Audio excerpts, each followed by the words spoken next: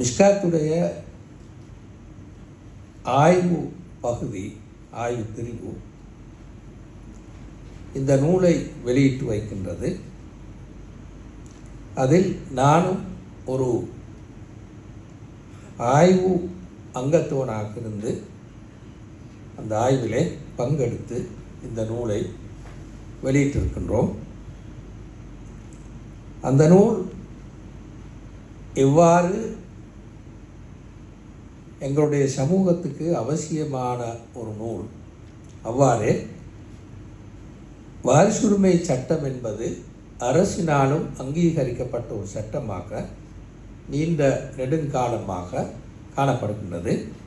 எனவே அதனையோடு ஒப்பிட்டு பார்க்கின்ற போது இந்த நூல் எந்த இடத்தை வகிக்கின்றது, மேலும் இது ஆராயப்பட்டு ஒழுங்குபடுத்தப்பட வேண்டுமா என்பது அவசியமாக கவனத்தில் கொள்ளப்பட வேண்டும். அது சம்பந்தமாக மேல் நீதிமன்ற நீதியரசர் எங்களுக்கு சில அபிப்பிராயங்களை சொன்னார். எனவே மிஷ்காத் ஆய்வு குழு அடுத்த முறை இதனை வெளியிடுகின்ற போது அந்த பகுதிகளையும் மிகவும் கவனத்தில் கொண்டு வெளியிட வேண்டும் என்று அவர்களுடைய பேச்சிலிருந்து நாங்கள் விளங்கக்கூடியதாக இருந்தது. அவர்கள் சொன்ன பல விஷயங்கள் நீண்ட கலந்துரையாடலுக்கு உட்படக்கூடியது. எனவே என்னால் இந்த நேரத்தில் அவை எல்லாவற்றையும் பேசுவது மிகவும் சிரமம். அதன் காரணமாக நான் வெறுமனே வாரிசுரிமை சட்டம் என்ற பகுதிக்கு அல்லாஹ் தஆலா எவ்வாறு முக்கியத்துவம் கொடுத்து சொல்லியிருக்கின்றான் என்பதனை மட்டும் இங்கே சொல்வதற்கு முயல்கின்றேன். ஏனென்றால் நாங்கள் எல்லோரும் ஏற்றுக்கொண்ட ஒரு தவிர்க்க முடியாத ஈமானோடு சம்பந்தப்பட்ட ஒரு பகுதி தான் இஸ்லாமிய ஷரீஆவின் அடிப்படை அல் குர்ஆனாகும், இரண்டாவது சுன்னாவாகும். அந்த இரண்டுமே வஹீயோடு சம்பந்தப்பட்டது, அல்லாஹ்வுடைய அறிவிலிருந்து எங்களுக்கு இறக்கப்பட்டதாகும். எப்போது அந்த அல் குர்ஆனுடைய வசனங்களும் சுன்னாவுடைய வசனங்களும் திட்டவட்டமான கருத்தை தருமோ அப்போது அதற்கு மாற்றமாக கருத்து சொல்வதற்கு நாங்கள் அல்லாஹ்வுடைய அறிவின் மீது நம்பிக்கையை கொண்டிருப்பதன் காரணமாக அதற்கு மாற்றமாக கருத்து சொல்வதற்கு ஆராய்வதற்கு எங்களுக்கு அனுமதி கிடையாது. ஆனால் ஒரு குறிப்பிட்ட அல் குர்ஆன் வசனமோ அல்லது ஹதீஸோ பல கருத்துக்களுக்கு இடம்பாடுடையதாக இருக்குமாக இருந்தால், அல்லது அல் குர்ஆனோ சுன்னாவோ குறிப்பிட்ட ஒரு விடயத்தை பற்றி நேரடியாக எதுவும் சொல்லாவிட்டால், இப்போது மனித அறிவுக்கு அங்கே ஆராய்வதற்கு இடம் இருக்கிறது என்பது இன்னொரு ஏகோபித்த முடிவு, எல்லா இமாம்களும் ஒத்துக்கொண்ட ஒரு முடிவு. அந்த வகையில் தான் இஸ்லாமிய ஷரியாவில் ஒரு பெரிய பகுதி இருக்கிறது, மனித ஆய்வுக்கு உட்படுகின்ற பகுதி, மனிதனுடைய ஆய்வுக்கு உட்படுகின்ற பகுதி. அந்த பகுதி காலத்துக்கு காலம், இடம் காலம் என்ற சூழ்நிலைகளுக்கு ஏற்ப மாறுபட்டு செல்வதற்கு முடியுமானதாக உள்ளது. நாங்கள் பார்க்கின்ற இந்த வாரிசுரிமை சட்டத்திலும் ஆங்காங்கே ஒரு சில இடங்கள் அப்படி காணப்படுகின்றது. அல்லாஹ் தஆலா அல் குர்ஆனிலே எந்த ஒரு சட்டத்தையும் மிக விரிவாக சொன்னது கிடையாது, குடும்ப சட்டங்களை தவிர. அல்லாஹ் தஆலா தொழுகையை கூட அதனுடைய எல்லா பகுதிகளையும் ஃபாத்திஹா சூராவை ஓத வேண்டும், அடுத்து இன்னொரு சூறாவை ஓத வேண்டும், இப்படி ருக்கு செய்ய வேண்டும், இப்படி சுஜூது செய்ய வேண்டும் என்று மிக விரிவாக தொழுகையை கூட அல்லாஹ் குர்ஆனிலே சொல்லவில்லை. ஸல்லல்லாஹு அலைஹி வஸல்லம் அவர்கள் தான் அதனை மிகவும் விளக்கமாக தொழுகையுடைய நேரங்கள், தொழுகையின் ரக்காத்துடைய அளவு, தொழுகையுடைய ஒழுங்கு அமைப்பு எல்லாவற்றையும் நாங்கள் சுன்னாவில் தான் பார்க்கிறோம். ஆனால் குடும்ப சட்டங்களை பொறுத்தவரையில் குர்ஆன் மிகவும் விரிவாக சொல்லியிருக்கிறது. குர்ஆன் விட்ட எந்த பகுதியும் இந்த குடும்ப சட்டங்கள் கிடையாது. ஆனால் குர்ஆன் சொன்ன அந்த வசனங்களில் குடும்ப சட்டங்களை எடுத்து விரிவாக பார்க்கும்போது வெறும் வாரிசுரிமை சட்டம் மட்டுமல்ல, குடும்ப சட்டங்களை குர்ஆன் சொல்லி இருக்கின்ற வசனங்களை திரட்டி பார்க்கும்போதும் பல இடங்கள் 2-3 கருத்துகளுக்கு இடம்பாடுடையதாக இருக்கிறது. எல்லாமே திட்டவட்டமாக ஒரே கருத்தை தரும் என்றில்லை. பல கருத்துக்களுக்கு இடம்பாடான வசனங்களும் குடும்ப சட்டங்களிலும் கூட காணப்படுகின்றது. எனவே மனித ஆய்வுக்கு அங்கே ஒரு பெரிய ஒரு இடம் இருக்கிறது. ஆனால் வாரிசுரிமை சட்டத்தை பொறுத்தவரையில் அல்லாஹ் தஆலா அதனை மிகவும் தெளிவாக சொல்லியிருப்பதன் காரணமாக அங்கு 2-3 கருத்துக்களுக்கு இடம்பாகின்ற இடங்கள் மிக குறை. இல்லை என்று நான் சொல்லவில்லை, இருக்கிறது, ஆனால் குறை. அது இன்றும் ஒரு பெரிய ஒரு ஆய்வுக்குட்பட்டதாக காணப்படுகிறது. நாங்கள் வாழுகின்ற இந்த காலப்பிரிவில் கூட சமகால இஸ்லாமிய சட்ட அறிஞர்கள் சிலர் அவற்றில் சில பகுதிகளை இன்றும் ஆய்வுக்குட்பட்டவையாக மனித ஆய்வுக்கு இடம்பாடுடையதாகவே காணுகின்றார். நான் அதனை இங்கு விரிவாக சொல்ல விரும்பவில்லை. ஏன் இதனை சொன்னேன் என்றால், ஏற்கனவே உயர் நீதிமன்ற நீதியரசர் அவர்கள் சொன்ன அந்த விஷயங்களோடு சம்பந்தப்பட்டவையாக அவை அமைகின்றன என்பதனால்தான் நான் அதனை சொன்னேன். விரிவாக சொல்வதற்கு எனக்கு நேரம் இடம் கொடுக்க மாட்டாது. இங்கு நான் முக்கியமாக வலியுறுத்த வருகின்ற விஷயம் என்னவென்றால், அல்லாஹ் தஆலா சில குறிப்பிட்ட சட்டங்களை மிகவும் கடுமையாக வலியுறுத்தி சொல்லியிருக்கிறார். சில குறிப்பிட்ட சட்டங்களை மிக கடுமையாக வலியுறுத்தி சொல்லியிருக்கிறார். அவற்றில் ஒன்று இந்த வாரிசுரிமை சட்டம். அதனைத்தான் நான் இங்கு விளக்குவதற்கு முயல்கிறேன். அல்லாஹ் தஆலா வாரிசுரிமை சட்டத்தை விளக்க துவங்கும் போது நீங்கள் ஏற்கனவே ஓதிய குர்ஆனை தொடக்கும் போது ஓதிய குர்ஆனை அவதானித்து கொண்டிருந்தால் விளங்கியிருக்கும். வாரிசுரிமை சட்டத்தை அல்லாஹ் தஆலா குர்ஆனில் ஒரு இடத்தில் தான், ஒரு சூறாவில் தான் சொல்கிறார். சூரத்து நிசா என்ற சூறாவில் தான் சொல்கிறார். சூரத்து நிசா என்ற சூறாவில் 2 இடங்களில் அல்லாஹ் தஆலா அந்த ஆயத்துக்களை, அதாவது வாரிசுரிமையோடு சம்பந்தப்பட்ட ஆயத்துக்களை சூரத்து நிசாவிலே சொல்கிறார். அதனை துவங்குகின்ற போது அல்லாஹ் தஆலா லிரிஜாலி நஸீபுன் மிம்மா தரக்கல் வாலிதானி வல் அக்ரபூன் வலின் நிசாஇ நஸீபுன் மிம்மா தரக்கல் வாலிதானி வல் அக்ரபூன் மிம்மா கல்ல மின்ஹு அவ் கதுர் நஸீபன் மஃப்ரூதன். பெற்றோர்களும் உறவினர்களும் நெருங்கிய உறவினர்களும் விட்டு செல்பவற்றில்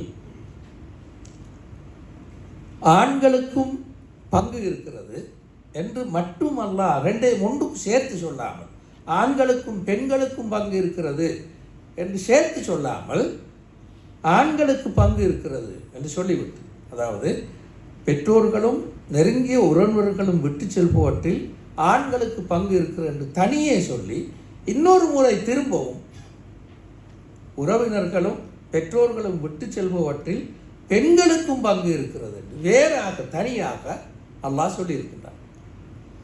அதை சாதாரணமாக சொன்னால், சாதாரண வசனங்கள் சொன்னால், பெற்றோர்களும் நெருங்கிய உறவினர்களும் விட்டு செல்பவற்றில் ஆண்களுக்கும் பெண்களுக்கும் பங்கு இருக்கிறது என்று ஒரே வசனத்தில் முடித்திருக்கிறார். ஆனால் அல்லாஹ் அப்படி சொல்லவில்லை. ஆண்களை தனியாக சொல்லிவிட்டு பெண்களை தனியாக அல்லாஹ் சொல்கிறார். லில் ரிஜாலி நஸீபுன் மிம்மா தரக்கல் வாலிதானி வல் அக்ரபூன் வலின் நிசாஇ நஸீபுன் மிம்மா தரக்கல் வாலிதானி வல் அக்ரபூன் என்று தனித்தனியாக பெண்களுக்கு ஆண்களுக்கு என்று தனித்தனியாக பிரித்து அல்லாஹ் தஆலா சொல்லியிருக்கான். அதே அல்லாஹ் அப்படி சொன்னார் என்றால், இந்த 2 சாராருமே கட்டாயமாக பெற்றோர்களுடையவும் நெருங்கிய உறவினர்களுடையவும் சொத்திலே பங்கு பெறுகிறார்கள். எனவே யாரும் இவர்களில் பெண் என்பதன் காரணமாக விடுபடக்கூடாது என்று அல்லாஹ் அங்கே வலியுறுத்தி சொல்லியிருக்கின்றார். ஏனென்றால் குர்ஆன் இறங்கிய அரபு சமூகத்தில் பெண்கள் இந்த பகுதியில் கடுமையாக அநியாயம் இழைக்கப்பட்டார்கள். அவர்களுக்கான பங்குகள் எதுவும் கொடுக்கப்படவில்லை. எனவே தான் அல்லாஹ் தஆலா தனியாக ஆண்களை சொல்லி தனியாக பெண்களை சொல்லி இருப்பதை காணலாம். இரண்டாவது, இந்த ஆயத்தில் காண்கின்ற இன்னொரு பகுதி என்னவென்றால், மிம்மா கல்ல மின்ஹு அவ் கது, விட்டு செல்கின்ற அந்த சொத்து குறைவாக இருந்தாலும் சரி, கூடுதலாக இருந்தாலும் சரி, கொஞ்சமாகத்தான் இருக்கிறது. எனவே இது யாராலும் ஒருவருக்கு கொடுத்து விடுவோம் அல்ல 2 பேருக்கு கொடுத்து விடுவோம் என்று சொல்வது அல்ல.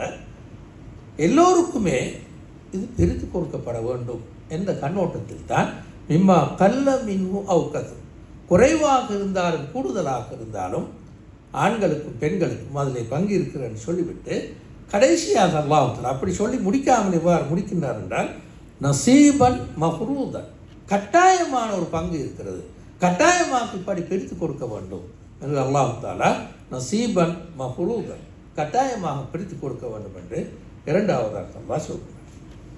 இது சூரத்து அந்நிசாவில் அல்லாஹ் தஆலா வாரிசுரிமை சொத்தின் பங்குகளை பிரித்து சொல்கின்ற போது இப்படித்தான் துவங்கி இருக்கின்றார். இரண்டாவதாக அல்லாஹ் தஆலா அடுத்து வருகின்ற வசனத்திலே பங்குகளை பிரித்து சொல்லிக்கொண்டு போகின்றார். இவருக்கு இன்ன பங்கு, இவருக்கு இன்ன பங்கு, தாய்க்கு இன்ன பங்கு, தந்தைக்கு இன்ன பங்கு, மனைவி இருந்தால் மனைவிக்கு இன்ன பண்பு, ஆண் பிள்ளைகளுக்கு இப்படி, பெண் பிள்ளைகளுக்கு இப்படி, சகோதரனுக்கு இப்படி, சகோதரிக்கு இப்படி, இந்த பங்குகளை அல்லாஹ் சொல்கின்றார். அதில் ஒரு தொகை பங்குகளை சொல்லி முடித்ததன் பிறகு குறிப்பாக மனைவி, பெற்றோர்கள், பிள்ளை இவர்களுக்கான பங்குகளை சொல்லி முடித்ததன் பிறகு அல்லாஹ் தஆலா அதை முடிக்கும் போது இப்படி சொல்கின்றார், ஃபரீதத்தம் மினல்லாஹ், இது அல்லாஹ்விடம் இருந்து வந்த கடமையான பங்கு பிரித்தலாகும். அல்லாஹ் உங்களுக்கு கடமையாக சொல்கின்ற பங்கு பிரித்தலாகும். இன்னல்லாஹ கான அலீமன் ஹக்கீமா, அல்லாஹ் தஆலா ஆழ்ந்த அறிவுள்ளவனாகவும் ஞானம் உள்ளவனாகவும் இருக்கிறான் என்றும் அந்த வசனத்தை அல்லாஹ் தஆலா சொல்கிறார். அதாவது இவ்வாறு பிரித்து தந்த அல்லாஹ் தன்னுடைய ஆழ்ந்த அறிவின் பின்னணியில், ஆழ்ந்த ஞானத்தின் பின்னணியில் தான் இப்படி பங்குகளை பிரித்து சொல்லி இருக்கின்றான். ஒரு இறந்து போன ஒருவருடைய தந்தைக்கு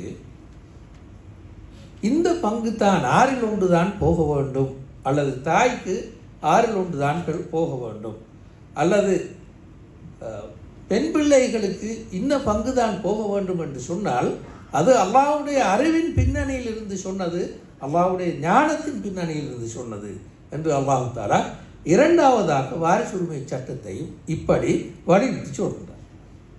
பிறகு மூன்றாவது அல் குர்ஆன் அந்த சூறாவிலே, சூரத்து நிசாவில் அந்த பகுதியில் இவ்வாறு சொன்னது, நான் ஏற்கனவே சொன்னது போன்று சொன்னதன் பின்னர் இன்னும் கொஞ்சம் பேரின் பங்குகளை சொல்கிறார். குறிப்பாக இறந்தவரின் சகோதரர்கள், மனைவி இவர்களின் பங்குகளை சொல்கிறார். சொல்லி முடிக்கும் போது திரும்பவும் அல்லாஹ் சொல்கின்றான், வசியத்தன் மினல்லாஹ், இது அல்லாஹ்விடமிருந்து உங்களுக்கு சொல்கின்ற உபதேசமாகும். வசியத்தன் மினல்லாஹ், இது அல்லாஹ்விடமிருந்து உங்களுக்கு சொல்கின்ற உபதேசமாகும் என்று அல்லாஹ் தஆலா மூன்றாவது சொல்கிறார். எனவே 3 வகையாக தொடங்குகின்ற போது ஆணுக்கும் பங்கு போக வேண்டும், பெண்ணுக்கும் பங்கு போக வேண்டும், அது ஒரு கடமையான பங்கு, நசீபன் மஃரூதன். இரண்டாவது வாரிசுரிமையின் ஒரு பகுதியை பிரித்து சொன்னதன் பிறகு ஃபரீதத்தன் மினல்லாஹ், இது அல்லாஹ்விடமிருந்து உங்களுக்கு கடமையாக்கப்பட்ட விஷயம், இது அல்லாஹ்வுடைய ஞானம், அவனுடைய அறிவின் வெளிப்பாடாகும் என்று சொன்னான். அடுத்து திரும்பவும் வாரிசு சொத்தில் பங்கு பெறக்கூடிய இன்னும் கொஞ்சம் பேரை சொல்லிவிட்டு இது அல்லாஹ்வுடைய வசியத்தாகும், வசியத்தன் மினல்லாஹ், அல்லாஹ்வுடைய வசியத்தாகும், அதாவது உபதேசமாகும் என்று அல்லாஹ் சொல்கிறார். இப்படி எல்லாவற்றையும் பிரித்து சொன்னதன் பிறகு ஏற்கனவே நான் சொன்னது போன்று 11, 12, 13 வசனங்களில் 11, 12 வசனங்களில் எல்லா வாரிசுகளையும் பிரித்து சொன்னதன் பிறகு ஒரு சின்ன பகுதி மட்டும் பிஞ்சும் அதனை அல்லாஹ் தஆலா சூறாவின் இறுதி பகுதியிலே சொல்கின்றார், சூரத்து நிசாவின் இறுதி பகுதியிலே சொல்கின்றார். இவ்வாறு எல்லா பகுதிகளையும் பிரித்து சொன்னதன் பிறகு ஒரு மிகவும் கடுமையான ஒரு வசனத்தை அல்லாஹ் தஆலா பாவிக்கின்றார். தில்க ஹுதூதுல்லாஹ், மேலே சொன்னவைகள் அல்லாஹ்வுடைய வரையறைகளாகும். ஏற்கனவே சொன்னது இன்னாருக்கு இன்ன பங்கு, இவருக்கு இன்ன பங்குன்னு சொன்னது அல்லாஹ்வுடைய வரையறைகளாகும். தில்க ஹுதூதுல்லாஹ், அல்லாஹ்வுடைய வரையறைகளாகும். ஒமன் யுத்தில்லாஹ வ ரசூலஹு யுத்ஹில்ஹு ஜன்னாத்தின் தஜ்ரி மின் தஹ்திஹல் அன்ஹார் காலிதீன ஃபீஹா. யார் அல்லாஹ்வுடைய இந்த வரையறைகளை கவனத்தில் கொண்டு அல்லாஹ்வை கட்டுப்பட்டு அவருடைய தூதருக்கும் கட்டுப்படுகின்றாரோ அவர்கள் நிரந்தரமாக வாழக்கூடிய வகையில் அல்லாஹ் தஆலா ஆறுகள் ஓடுகின்ற சுவர்க்க சோலைகளில் வாழச் செய்வான் என்று சொல்லி வதாலிக்கல் ஃபௌசுல் அஸீம், அதுதான் மிகப்பெரிய ஒரு வெற்றியாக அமைகின்றது. மனிதனுக்கு கிடைக்கின்ற ஆகப்பெரிய வெற்றி தான் சொர்க்கத்தில் நுழைவது என்று அல்லாஹ் தஆலா சொல்கின்றான். சொல்லிவிட்டு தொடர்ந்து அல்லாஹ் சொல்கின்றான், அதே தொடரில் அல்லாஹ் சொல்கின்றான், ஒமன் யஸில்லாஹ வ ரசூலஹு வ யதஅத்த ஹுதூதஹு, யார் அல்லாஹ்வுக்கும் அவருடைய தூதருக்கும் கட்டுப்படாது அவருடைய வரையறைகளை யார் மீறுகின்றாரோ யுத்ஃபில்ஹு நாரன் காலிதன் ஃபீஹா, அவருக்கு நிரந்தரமாக வாழக்கூடிய வகையில் அவரை அல்லாஹ் நரகத்திலே நுழைய செய்வான். வலஹு அதாபுன் முஹீன், அவருக்கு இழிவு தருகின்ற தண்டனை இருக்கிறது என்று அல்லாஹ் சொல்கின்றான். மதிப்புக்குரிய சகோதரர்களே, இது வாரிசுரிமை முடிந்ததும் வருகின்ற அடுத்த வசனம் 13ஆம் வசனத்தோடு, சூரத்துல் நிசா 13ஆம் வசனத்தோடு 12ஆம் வசனத்தோடு முடிகின்றது வாரிசுரிமை பற்றிய அந்த வசனம்.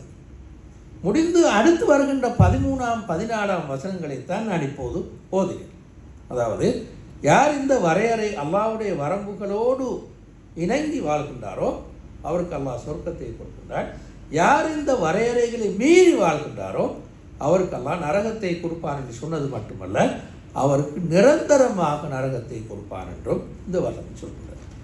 எங்கள் எல்லோருக்கும் தெரியும், நான் நினைக்கிறேன், யார் நிரந்தரமாக நரகத்துக்கு செல்கின்றார் என்றால் அல்லாஹ்வுடைய தூதை நிராகரித்து வாழ்ந்தவர்கள் தான் கண்டிப்பாக நிரந்தரமாக நரகத்துக்கு செல்வார். பாவம் செய்தவன் நிரந்தரமாக நரகத்துக்கு செல்வதில்லை. ஒருவர் இந்த அல்லாஹ்வுடைய வாரிசுரிமையை சொன்ன இந்த சட்டங்களை மாறு செய்தால் அது ஒரு பாவம், அது ஒரு இறை நிராகரிப்பால் ஒரு பாவம். அப்போ அவர் நிரந்தரமாக நரகத்துக்கு செல்ல மாட்டார் என்று தான் நாங்கள் சாதாரணமாக சொல்லுவோம். ஆனால் இந்த வசனம் அப்படி அல்ல, நிரந்தரமாக அவர் நரகத்துக்கு செல்வார் என்று இந்த வசனம் சொல்கிறார். வாரிசுரிமை சட்டத்தை நிராகரித்தார் அல்ல, அதனை மீறினார். ஒமன் யதஅத்த ஹுதூதஹு, யார் அல்லாஹ்வுடைய இந்த வரையறைகளை மீறுகின்றாரோ அவர் நிரந்தரமாக நரகத்துக்கு செல்வார் என்று சொல்கிறார். ஏன் இப்படி அல்லாஹ் சொன்னான் என்று நாங்கள் குர்ஆனை முழுக்க எடுத்து பார்த்தால் 3 இடங்களில் அல்லாஹ் இந்த வசனத்தை பார்க்கிறோம். நிரந்தரமாக நரகத்துக்கு செல்வார் என்று சில 3 பாவங்களை சொல்லி, நிராகரிப்பல்ல, பாவங்களை சொல்லியிருக்கின்றார். ஒன்று, ஒரு முஸ்லீம் இன்னொரு முஸ்லீமை கொலை செய்வது, அவர் நிரந்தரமாக நரகத்துக்கு போவார் என்று இதே சூரத்துல் நிசாவில் அல்லாஹ் சொல்லியிருக்கின்றார். இரண்டாவது, சூரத்துல் பக்கராவில் வட்டி எடுத்தால் அவரும் நிரந்தரமாக நரகத்துக்கு செல்வார் என்று சூரத்துல் பக்கராவில் அல்லாஹ் சொல்கிறார். 3, நாங்கள் இப்போது பார்த்து இந்த வசனம் வாரிசுரிமை பற்றி சொல்லி வருகின்ற இந்த வசனம். இந்த 3 பாவங்களுக்கும், நிராகரிப்புக்கு அல்ல, 3 பாவங்களுக்கும் நிரந்தரமாக நரகத்துக்கு செல்வார் என்று அல் குர்ஆன் சொல்லி, வேறெந்த பாவத்தையும் அல் குர்ஆன் சுட்டி காலத்தை நிரந்தரமாக நரகத்துக்கு செல்வார். ஆனால் இந்த 3 பாவத்துக்கும் அவர் நிரந்தரமாக நரகத்துக்கு செல்வார் என்று அல் குர்ஆன் சுட்டி காட்டுகிறார். இதனை விளக்குகின்ற அல் குர்ஆனுடைய விரிவுரை ஆசிரியர்கள் என்ன சொல்கின்றார்கள் என்றால், உண்மையில் நிரந்தரமாக நரகத்துக்கு செல்வார் என்பதனுடைய கருத்து அல்ல, மாற்றமாக மிகவும் கடுமையாக இந்த ஒரு குற்றம் இது, மிகவும் கடுமையான ஒரு குற்றம் இது.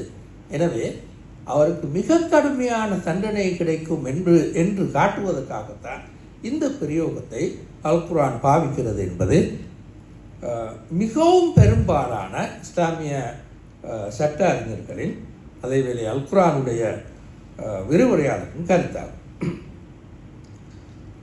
இப்போது நான் இறுதியாக ஒரு 2-3 நிமிஷங்களில் வாரிசுரிமை சட்டம் எத்தகைய விளைவுகளை தரும் என்பதனை மிக சுருக்கமாக நான் இங்கே சொல்லி முடிக்க விரும்புகிறேன். வாரிசுரிமை சட்டத்தை நாங்கள் ஆராய்ந்து பார்க்கின்ற போது, நான் அந்த இப்போது விரிவாக இங்கே சொல்ல விரும்பவில்லை, 4 முக்கியமான விளைவுகளை நாங்கள் காண முடியும். ஒன்று, கணவன் மனைவிக்கு மத்தியில் ஒரு சுமூகமான உறவாடலுக்கு இது வழிவகுக்கும் என்று நாங்கள் காண முடியும். இரண்டாவது, அவர்கள் இருவரதும் கடமைகளும் உரிமைகளும் என்ன என்பதனை கவனத்தில் கொண்டு அவர்கள் வாழ்வதற்கு இது இடமளிக்கும். மூன்றாவது, சீரான பிள்ளை வளர்ப்பு. நான்காவது, குடும்பம் இரத்த உறவுகளுக்கு மத்தியிலான ஒரு கூட்டு பராமரிப்பு என்று 4 விஷயங்களை தான் குடும்ப வாழ்வின் அடிப்படையாக குர்ஆன் சொல்கிறது. குடும்ப வாழ்வை பற்றிய குர்ஆன் விளக்கும் போது கணவன் மனைவிக்கு மத்தியிலான சுமூகமான உறவாடல், அவர்கள் இருவது கடமைகளையும் உரிமைகளையும் கவனத்தில் கொண்டு ஈடுபடுதல், சீராக பிள்ளைகளை வளர்த்தெடுத்தல், குடும்ப இரத்த உறவுகளுக்கு மத்தியில் ஒரு கூட்டு பராமரிப்பு காணப்பட வேண்டும் என்று இந்த 4 அம்சங்களையும் குடும்ப வாழ்வின் அடிப்படை விஷயங்களாக குர்ஆன் சொல்கின்றது.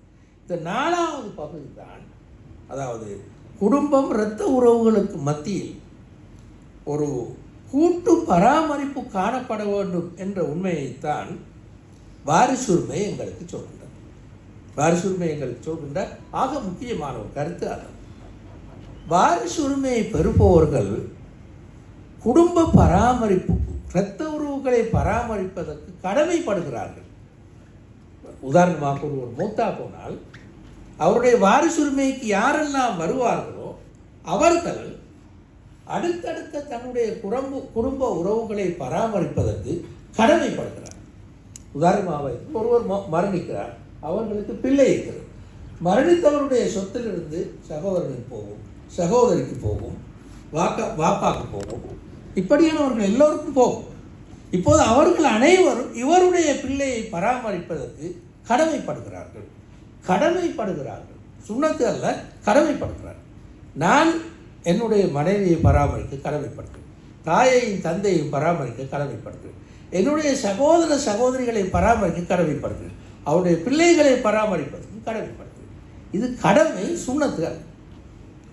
இந்த கூட்டு பராமரிப்பை விளக்குவதாகத்தான் நாங்கள் பார்க்கின்ற வாரிசுரிமை பகுதி காணப்படுகிறது. எனவேதான் அல் குர்ஆன் 233வது வசனம் சூரத்துல் பக்ராவில் இறந்த ஒருவர், தலாக் சொன்ன ஒருவர் எவ்வாறு தன்னுடைய மனைவிக்கு அவள் குழந்தை கிடைக்கக்கூடிய நிலையில் காணப்படுவதாக இருந்தால் அவளை பராமரிப்பது கடமையாகிறது. ஒருவர் தலாக் சொல்கிறார் ஒரு பெண்ணை, அந்த பெண் குழந்தை பெறக்கூடிய நிலையில் காணப்படுகிறார் என்றால் அவளை பராமரிப்பது அந்த குறிப்பிட்ட தலாக் சொன்னவரின் கடமையாக மாறுகிறது என்று சொல்லிவிட்டு குர்ஆன் சொல்கின்றது, வாலல் வாரிசி மிஸ்லுதால், வாரிசுரிமையாக வருபவனுக்கும் அந்த கடமை இருக்கிறது. ஒருவர் தலாக் சொல்லிவிட்டார், அந்த பெண் கர்ப்பவதியாக இருக்கிறார், இப்போது தலாக் சொன்னவர் அந்த பெண்ணை பராமரிக்க வேண்டும். அவ்வாறே அந்த பெண்ணுக்கு யாரெல்லாம் வாரிசுரிமையாக வருவார்களோ அவர்களும் கட்டாயம் பராமரிக்க வேண்டும் என்றுதான் அல் குர்ஆன் இங்கே சொல்கின்றது. எனவே வாரிசுரிமை என்பது குடும்ப பராமரிப்பை வலியுறுத்துகின்ற ஒரு சட்டமாக அமைகின்றது. எனவேதான் தலாக் சொல்லப்பட்ட ஒரு பெண்ணுக்கு தலாக் சொன்ன கணவன் நிரந்தரமாக சொத்து பராமரிக்க வேண்டுமா என்று கேட்டால் குர்ஆனுடைய அபிப்பிராயம் அப்படி அல்ல.